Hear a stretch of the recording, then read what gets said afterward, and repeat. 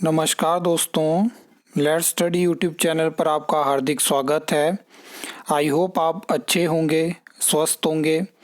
इस वीडियो में हम हिमाचल प्रदेश में सबसे पहले लेक्चरर इंजीनियरिंग की वैकेंसी के बारे में बात करेंगे। लास्ट ईयर इनकी काफ़ी ज़्यादा हाइप थी कि ये वैकेंसी आने वाली है और रिक्वेजिशन भी पीएससी शिमला के पास गई थी। ऑलरेडी मैं आपको प्रीवियस वीडियो में बता चुका हूँ। हम डिटेल में बात करेंगे कि अभी इनका क्या स्टेटस है और कितनी वैकेंसी, किस ब्रांच की कितनी वैकेंसी, हम डिटेल में बात करेंगे, तो आप पूरा इस वीडियो को देखना। उसके अलावा हम बात करेंगे जेओआईटी की वैकेंसी के बारे में कि अभी जो लास्ट कैबिनेट में 151 वैकेंसी अप्रूव हुई है, तो उसमें क्या हमें पोस्टें जो है वो करंट जो पोस्ट कोड है उसमें ऐड होंगी, क्या क्या चीज़ें हैं, तो उसके बारे में भी हम बात करेंगे। और लास्ट में हम बात करेंगे हॉर्टिकल्चर एक्सटेंशन ऑफिसर की वैकेंसी के बारे में और पंचायत सेक्रेटरी की अपकमिंग वैकेंसी के बारे में। तो सबसे पहले आप ये लेटेस्ट आरटीआई रिप्लाई देख सकते हो। यहाँ पे डेट जो मेंशन है उस पर आप अपना ध्यान मत रखना, ये जस्ट रिक्वेजिशन की डेट है। मैं आपको आरटीआई रिप्लाई की डेट जो है वो नीचे दिखाऊंगा। मैं देख रहा हूँ कि बहुत सारे ऐसे यूट्यूब चैनल्स हैं, बहुत सारे ऐसे फेसबुक पे पेज हैं, बहुत सारे ऐसे टेलीग्राम पे ग्रुप्स हैं, वो क्या कर रहे हैं कि पुरानी आरटीआई रिप्लाईज उठाते हैं या पुरानी नोटिफिकेशन उठाते हैं, वहाँ से क्या करते हैं डेट को हटा देते हैं। और उसकी वजह से क्या होता है कि उसको वो पोस्ट करेंगे तो बाहर मतलब जो स्टूडेंट हो गया, जो भी लोग उसको देखते हैं, तो वो अलग से मतलब उनके पास इंफॉर्मेशन पहुँच जाती है, उनको लगता है कि वैकेंसी आने वाली है या ये नई नोटिफिकेशंस हैं। तो ये चीज़ मैं आपको बताना चाहता हूँ कि उन लोगों से भी मैं रिक्वेस्ट करूंगा कि आप ऐसी चीज़ें पोस्ट मत करिए। बाकी आपसे भी मैं कहूँगा कि कोई भी डॉक्यूमेंट आप देखते हो उसमें सबसे पहले आप डेट देखिए कि वो कब की नोटिफिकेशन है, क्या क्या चीज़ें हैं। और बाकी आप मेरे चैनल को फॉलो कर सकते हैं, यहाँ पे लेटेस्ट जानकारी विद डेट जो है वो मैं शेयर करता हूँ ताकि आपके पास लेटेस्ट इन्फॉर्मेशन पहुँच सके। आप ये देख सकते हो डायरेक्टरेट ऑफ टेक्निकल एजुकेशन की तरफ से जो सेक्रेटरी हैं उनको ये लेटर गया था। ये एक रिक्वेजिशन थी क्योंकि सब्जेक्ट आप देख सकते हो, मैंने आपको बताया था कि मई के महीने में 2025 की ये बात है, जो लेक्चरर इंजीनियरिंग की रिक्वेजिशन थी वो पीएससी शिमला के पास गई थी। वहाँ से क्या होता है, ऑब्जेक्शन लगती है, फाइल वापस होती है। अक्टूबर 2025 में दोबारा रिक्वेजिशन जो है वो डायरेक्टरेट की तरफ से सेक्रेटरी को जाती है कि ये वैकेंसी है और इस वैकेंसी को जल्दी से जल्दी भरा जाए, क्योंकि यहाँ पे आप देख सकते हो जो जरूरी वैकेंसी इन्होंने मेंशन करी है वो भी यहाँ पे है, कितनी भरी है, कितनी वैकेंट है, ये आपके सामने है पूरी। जिसमें कि अगर हम सिविल की बात करें, सिविल ब्रांच की, तो यहाँ पर 14 वैकेंसी, इलेक्ट्रिकल की भी आप देख सकते हो 11 वैकेंसी है, मैकेनिकल की 10 वैकेंसी है, ऑटो इंजीनियरिंग की भी 3 वैकेंसी है। तो कुछ इस तरह से ये वैकेंसी है जो कि आपको देखने को मिलेगी पूरी यहाँ पे मेंशन। तो टोटल 55 वैकेंसी ये रिक्वेजिशन गई थी। अब इस टाइम पे अगर हम इसकी बात करें तो जो जानकारी मिली है कि इसकी रिक्वेजिशन गई लेकिन ऑब्जेक्शन लगी। और सेम चीज़ आपने आरएफओ में भी देखी है, वहाँ पे क्या होता है कि हर जगह से हर जगह से अप्रूवल के बाद क्या होता है कि जब कैबिनेट में वैकेंसी जाती है तो वहाँ से विड्रॉन हो जाती है बिना रीज़न के। सेम चीज़ यहाँ पे ये हुई है कि यहाँ पे अब ये वैकेंसी की प्रोसेस नए सिरे से जो है वो शुरू हो चुकी है। ऐसा आपको बहुत सारी भर्तियों में देखने को मिलेगा, क्योंकि अगर आपने मेरी वीडियो जो है वो रेगुलर देखी होंगी तो वहाँ पर मैंने आपको बताया था कि बहुत सारी भर्तियाँ हिमाचल प्रदेश में फाइनेंस डिपार्टमेंट के पास फंसने वाली हैं और वही सेम चीज़ इसमें हो चुकी है। लेक्चरर इंजीनियरिंग की जो वैकेंसी की जो फाइल है वो इस टाइम पे फाइनेंस डिपार्टमेंट के पास है और अब कितनी वैकेंसी को अप्रूवल मिलेगा, क्या इनको अप्रूवल मिलेगा, ये स्थिति अब बन चुकी है। अब देखिए 2025 में एक टाइम पे वैकेंसी की रिक्वेजिशन जाती है और आज ऐसी स्थिति बन चुकी है कि कोई अता पता नहीं है। तो इस टाइम पे ये वैकेंसी भी फंस चुकी है और इसका भी कोई अता पता नहीं है कि ये 2026 में आएगी नहीं आएगी। तो ये सिचुएशन सरकार क्रिएट कर चुकी है। जो हमारे शिक्षा के संस्थान है, अगर वहाँ पे स्टाफ नहीं होगा, आपने स्कूल्स की हालात देखी, आपने डिग्री कॉलेज की हालात देखी, अब आप ये देखिए आपने जो पॉलिटेक्निक कॉलेज हैं, आईटीआई कॉलेज हैं, वहाँ पे देखिए ये स्थिति है। ये सिर्फ यही पोस्ट नहीं है, और भी बहुत सारी इंस्ट्रक्टर की पोस्टें वैकेंट है, वहाँ पे भी आपको मैंने बताया हुआ। तो कैसे सरकारें रिक्रूटमेंट करेंगी? क्या वो एजुकेशन भी नहीं देना चाहती है स्टेट में? ये एक बड़ा प्रश्न रहेगा। नेक्स्ट आप देख सकते हैं, जैसे कि आपको पता है कि जेओआईटी के एप्लीकेशन फॉर्म है और लास्ट डेट इसमें 27 फरवरी रखी गई है, जो कि बिल्कुल पास है। अब यहाँ पे स्थिति ये बन चुकी है कि क्या जो नई पोस्टें हैं वो इसमें ऐड होंगी या नहीं ऐड होंगी।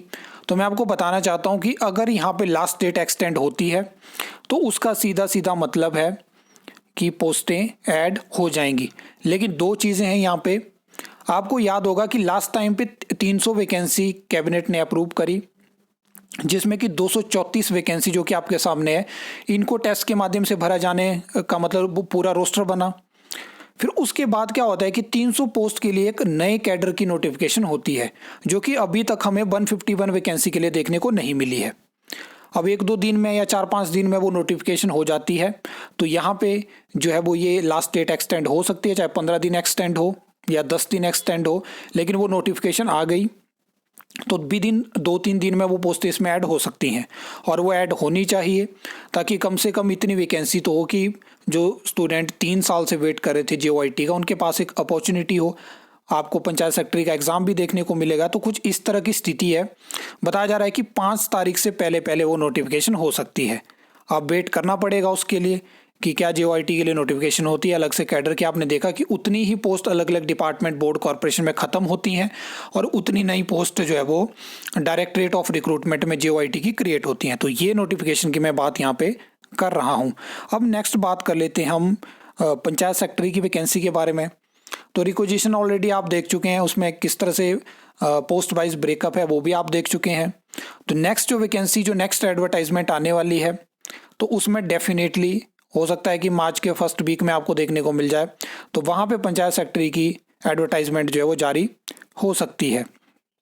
अगर हम बात करें HEO की, तो आपको पता है लास्ट वीडियो में हमने डेडिकेट इसके ऊपर बात करी थी कि वैकेंसी एडवर्टाइज होती है, रुकती है, और इसमें डिपार्टमेंट की तरफ से जो जानकारी दी जाती है कि इसमें RNP रूल्स में दिक्कत थी, और वो चीज़ हो चुकी है, और बहुत जल्दी मतलब फरवरी के एंड में जो है वो आपको एडवर्टाइजमेंट का जो लिंक है वो दोबारा ओपन होता हुआ दिख सकता है।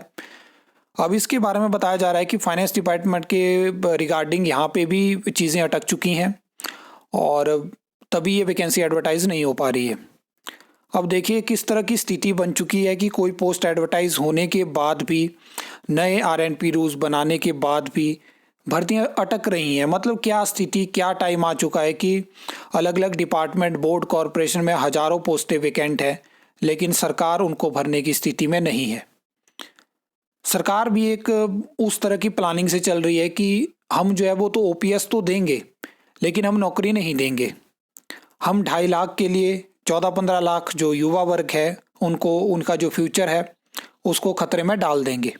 उसके साथ हम कॉम्प्रोमाइज़ कर लेंगे जिनके पास ऑलरेडी रोजगार है, जिनके पास कुछ ना कुछ तो पैसा आ रहा है, उनको कोई दिक्कत नहीं है। दिक्कत उनको नहीं होनी चाहिए, लेकिन दिक्कत जो युवा वर्ग है वो उनके लिए हो जाए।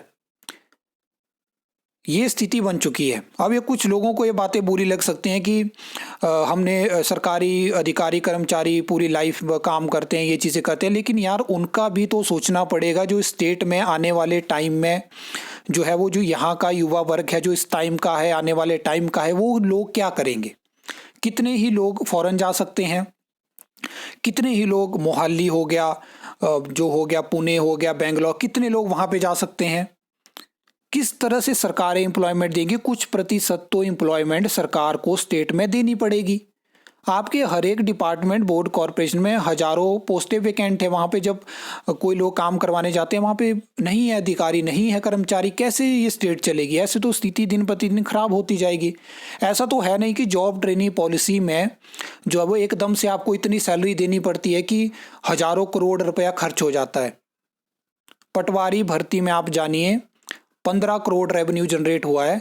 मैं बोलता हूं कि 1 साल में उन पटवारी की सैलरी आप कैलकुलेट करके देखिएगा, उनको सैलरी कब देनी पड़ेगी ट्रेनिंग के बाद। JOIT के आंकड़े भी सामने आ जाएंगे। पंचायत सेक्रेटरी में भी देखना आप कितनी एप्लीकेशंस आएंगी। तो ये जो सब कुछ होता है ना, ये पर्दे के पीछे की चीज़ें हैं जो कि हमें पता नहीं लग पाती। हम बस एक फोकस लेते हैं जॉब की तरफ, हमें नहीं पता है कि क्या क्या सरकारें कर रही हैं, क्या क्या इस देश में हो रहा है, क्या क्या इस प्रदेश में हो रहा है। इसलिए मैं कोशिश करता हूँ ये रियलिटी मैं आपके सामने रख पाऊँ। आई होप आपको वीडियो अच्छी लगी होगी, इन्फॉर्मेटिव लगी होगी। तो वीडियो को लाइक, कमेंट, शेयर कर सकते हो।